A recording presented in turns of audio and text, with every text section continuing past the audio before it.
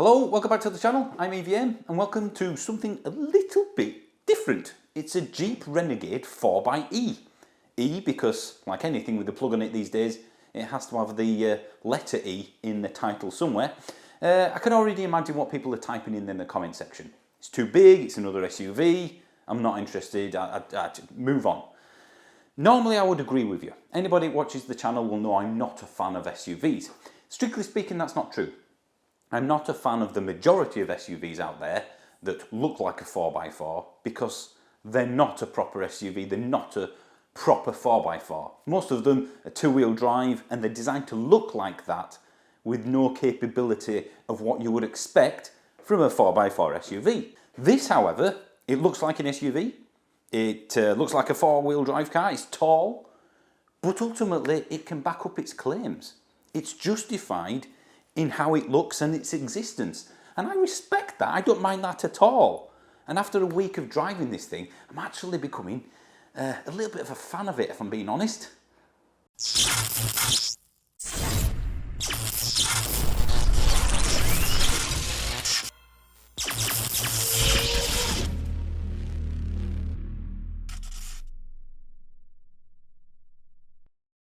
So, let me try and quantify what I've just said there. Why do I like this? Why does it justify its existence given it's a big SUV? Well, it can go off-road.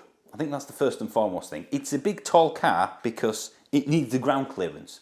The Trailhawk badge on the back of this isn't just a trim level, which is the top one of course.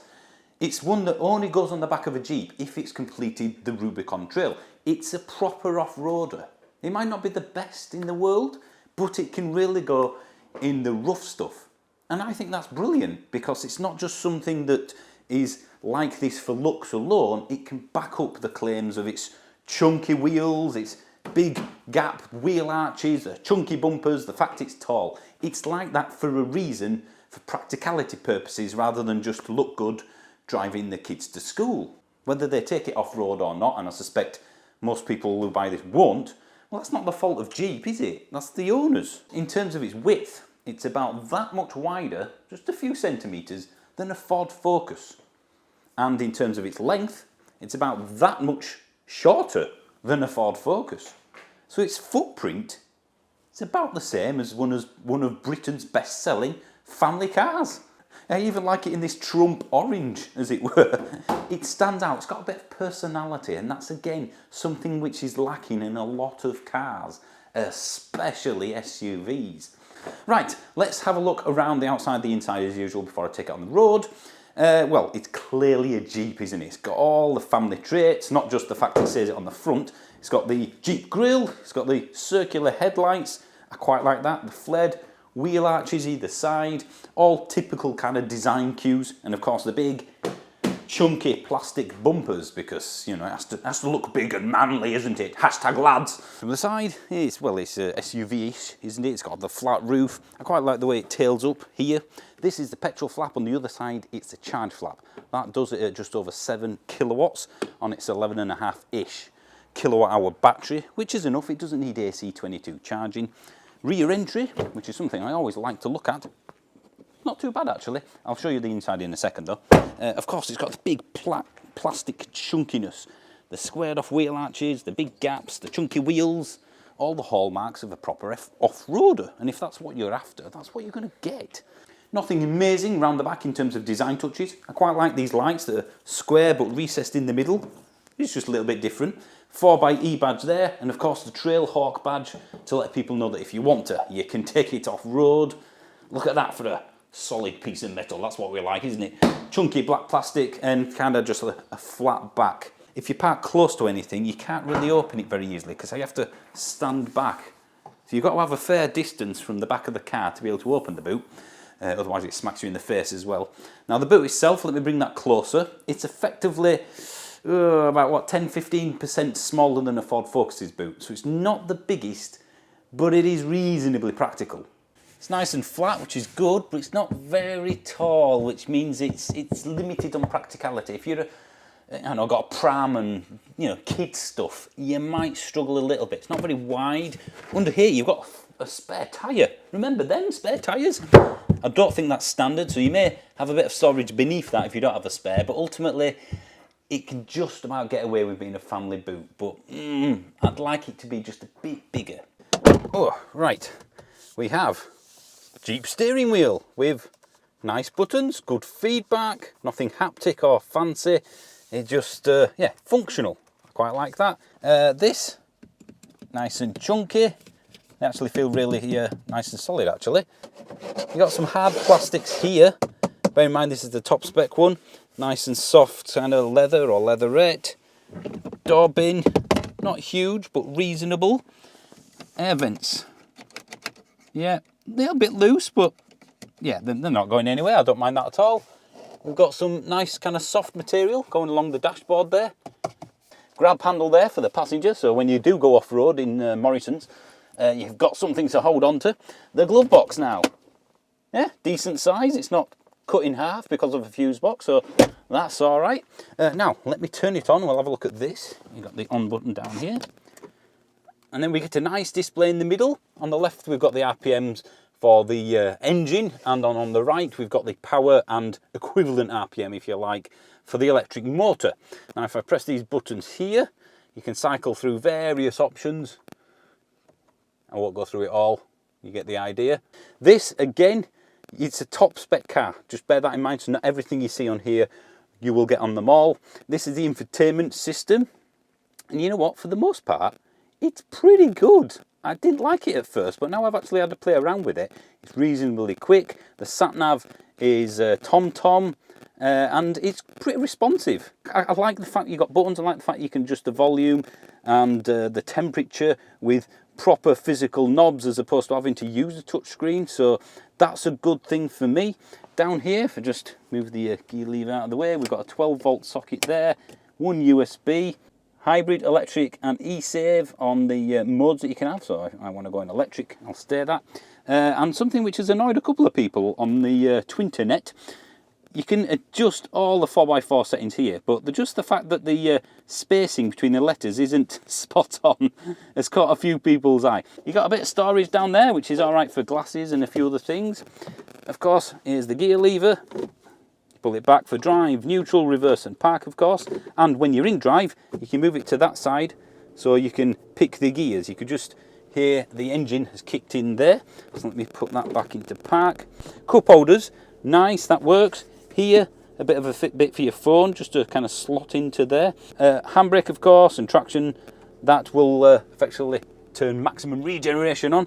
So it's quite usable. It's nice and practical layout. I quite like the fact that they've not complicated it by shoving it all into a touchscreen.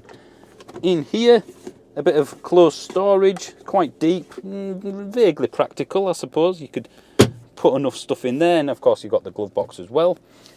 Nice chunky seats, although I would prefer a little bit more on the bolsters, to be honest. Right, now let's have a look in the back and see if kids will manage back there. Reasonably wide door, so yeah, decent rear entry. I've put that seat for somebody who was like 6'3", so let's see if I can fit. Well, actually, not a huge amount of space. So yeah, I could manage this actually. It's bigger than I thought it would be in the back. As I said, that's in a position for a very tall driver. And as an adult, I've got enough space to be pretty comfortable back here. The centre seat, kids at best only. Height, I'm not the tallest person in the world, but yeah, there's a good amount of space back here as well. So it's more spacious than I thought. The boxy design, I guess, is working in its favour on this one. Right. Let's take it on the road now and see what it's like there. Right, well, I always believe that two opinions are better than one, and I've managed to persuade Harry back into the car even after he got a vicious comment. Oh, vicious! On the last video. It's the first time I've been out of the house really since that happened. As we're in an off-roader, yeah, I'm thinking we need to take it somewhere that will highlight its abilities. So I've got a good place in mind. Yeah, right. Harry, I can only see part of the sign. You're hiding it. Oh, sorry. Oh, dear me. There we go. Try to be serious here. Right, what mode shall I go into? I've got auto, sport, snow, sand, mud, hang on. If you've got auto, why do you need any of the others? Proper off-roading. go- oh, yeah. Oh, has it got a big one coming up here? You ready? Are you ready now? Oh, here we go. Ready. Comes out. See, a lot of people don't know that actually I did an off-road course. Oh, you did, yeah. About 15 years ago, the same one that they send the utilities guys on. So I'm a total pro when it comes to these. Hang on, have you signed something saying you won't take this off-road? I think this is why I like this car over People something are else. watching going, how on earth are they driving up here? Ignore the cars going past on this side. No, you're ruining the shot. Oh, for God's sake. 95% of owners will probably never go off-road, to be fair, will they? So shall we see what's like on the road now? What, on the school run? All 240, is it? With Yeah, this? well, that's probably worth mentioning now. 240 brake, nearly. Yeah. That's more than the Mini. Yeah, well, yeah, we've got Mini Cooper S's that don't do that. 7.1 to 60. Wow. I mean, when you look at this, that's actually very. That's very old school impressive. hot hatch territory. It is, yeah. I mean, don't get me wrong. The handling doesn't match it in the slightest. That makes but it it's more not fun. It's not meant to be, No, is it? no. And I could do with more bolster support. I don't know if you've noticed on our off-roading ability. Yeah. You Is know. it's meant for Americans though, look. Are you ready for this? Shall I do a standing start? Yeah, why not? Has it got launch control? There's no one behind me. Right, so I'm just going to put my foot down. Now the gearbox isn't the sharpest tool in the box, but let's see. Brace yourself. Braced. Oh, it's alright. I'll be honest, that surprised me. It's not bad, is it? I mean, They did have that initial, oh, what am I doing? I put my foot down and the gearbox went. Yeah. Huh? I think this is a car that is better in a leisurely driven sense. Yeah. It's comfortable. A 6/10 car. Yeah. It's going to be nice to make a bit of progress in, isn't it? Yeah, definitely. There's no full electric vehicle that's a proper off-road. No. I think that's why I like it so much. The Outlander's not meant to be too bad, but I wouldn't class it in the same category Oh, this as is a Yeah. proper off-road. So, isn't it? is there any proper off-roader that's in this price bracket, 30 to 40 grand, that's got a plug, whether it's full electric or hybrid? I don't think I there don't is. think there is, no. It's on its own. But the thing is, well, they haven't skimped on the quality of the interior either, have they? I don't think. I mean, The there's a seats few are hard lovely. bits, but I think that again, given what this is designed for. Not as bad as the ID3. Right, so we're driving a four-wheel drive vehicle off-road in a safe manner, Yeah. and we're allowed here. We're not in some guy's field, and we just passed a llama farm. We did, yeah. I mean, there's nothing that Yorkshire doesn't bring you. I mean, it's a little known fact, isn't it? But actually, llamas are from Yorkshire. They are, yeah. If anybody, any Americans watching this, llamas originate in this region. Yeah. It's quite an EV mode, isn't it? Yeah. I mean, as quiet as you'd You realistically get want. I mean, you've got the road noise, haven't you? Which is you're going to get with these tyres. Yeah, when you get on a kind of like motorway speeds, it's not as quiet as you'd expect. But look at the shape of it. Yeah. So again, I'm not being disappointed at any angle, and I think No. that's something which we say time and time again, isn't it? What do you expect? What do you get? I like the fact that everything's functional, and the fact that the volume knob here is a big knob. It's not a small knob. You said in the last one that you like big knobs as opposed to small knobs, didn't One of you? the easier to get your hands on. No, I think like you say, we when we do a video, you start with a score, don't you? Where you expect it to be, and it's you add or you take away. And this is exactly what I thought it was going to be, and a little bit more. Now, I've been driving all week for work under traditional circumstances, I guess, in the town and cities and stuff, and I've been getting 20 miles at the electric only mode. Yeah, so I reckon if we say 17 on year round average, which is about same as most other PHEVs at the moment. I mean, if we look at this as a plug-in hybrid, like a company car, Outlander or this? I think I'd have this. I'd have this. Definitely. Yeah, absolutely. Yeah. It's got Well, the more Outlander, fun. Yeah. Yeah, that's it. It's a bit of fun there, isn't it? I Yeah. mean, maybe it's because as car fans we have a more emotional connection to a car than just someone who just goes on and buys one. I would say the Outlander's probably a better family car, but this is a better car overall. Very different hybrids like the Superb and Octavia VRS. PHEVs. A better hybrid system, but not in the same. They're better ballpark. car. I It's a would different probably, thing, isn't it? I would probably go for the Octavia Superb over this. If it's a family car. But If it's 4x4, then there's nothing else. if I lived in here, Yeah, I'd go for this. Can you, in the comments, think of a plug-in hybrid or a full electric vehicle that goes off-road properly and can tow? I can't. No. Could you grab the tripod for us? Careful not to turn this camera around. You've ruined the beauty The illusion of the illusion of YouTube is ruined. Even the warranty's pretty good. Yeah. 8 year on the battery, 100,000 miles, 5 year on the car. Wow. What do you get on a Volkswagen? Is it free? Is it 3 or 4? Yeah. If this is on your list of cars that you can get through your company car scheme or whatever, by all means, go and test it. Yeah, I think you'll be pleasantly surprised. You will. And then when you think, should we go off-road just because we can? Yeah, you can. It's like getting a caravan or a camper van, isn't it? Yeah. You suddenly do stuff that... Because you can do that. Because you can. Yeah. I can imagine this car would be perfect for, like, you know, if you're into your mountain biking or something, get a bike rack on top. It'd just look at home, wouldn't it, with a couple of bikes on top of here? So it is an SUV. It's the very definition of a sports utility vehicle. It must do all these things. Yes. And Jeep have gone through and gone tick, tick, tick, tick, tick. There you go. Done. And it works on the road for the most part. I found it does feel big to drive, even though it's not. You look and you think, actually, I had loads of space. Yeah. Now I've got used to it. It's fine. You know, it's just got... You can't see the ends of the car, can you? No. One thing I haven't mentioned, actually, is miles per gallon. That's the whole point of a plug-in hybrid. Is, yeah. For using it during the like normal commuting, which I do on every video, I've been averaging, well, let's have a look, 88 miles per gallon. Wow. So if, like every plug-in hybrid, you actually plug it in. And drive it accordingly. Yeah, it's fine. I mean, I mentioned this earlier, but the plug-in hybrid argument is not everybody can get a full electric car right now. Don't be so naive to think 100% of the UK population can get a full electric vehicle. No. It's just not possible yet. So a plug-in hybrid's the only It's a stepping stone, isn't it? Yeah, it's a stepping stone. It's the only electric option you've got. So for now, until a full electric version of this comes out, why not? Yeah. Sports mode again. Oh, yes. Let's see what she is like. Traction control on the roads.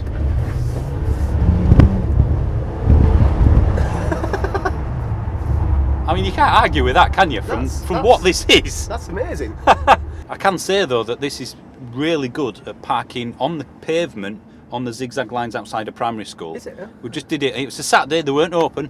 But yeah, we can verify that that's indeed no problems at all. And it can take up 2 disabled spots, can't it? It can, yeah. Or 4 even if you park it across. Just park it clear across everything. It's fine. It's fine. Absolutely fine. Here we go. Twisties. Ah!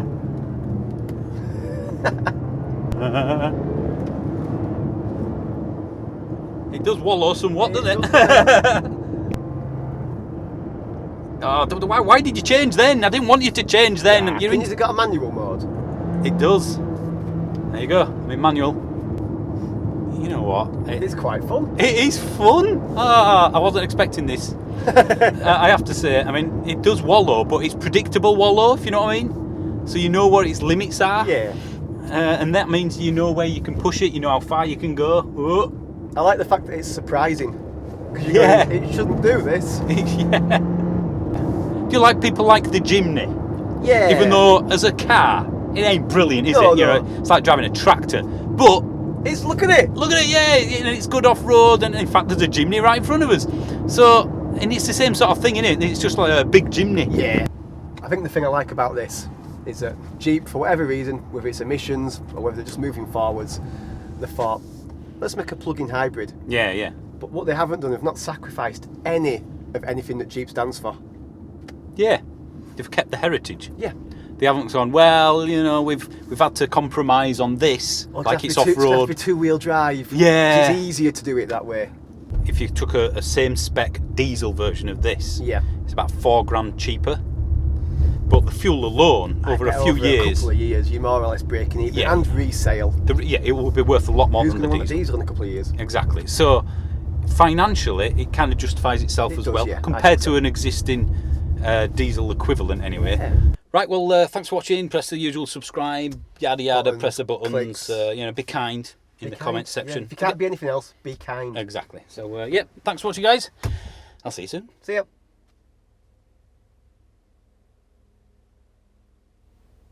Do you think they're still watching it? Maybe.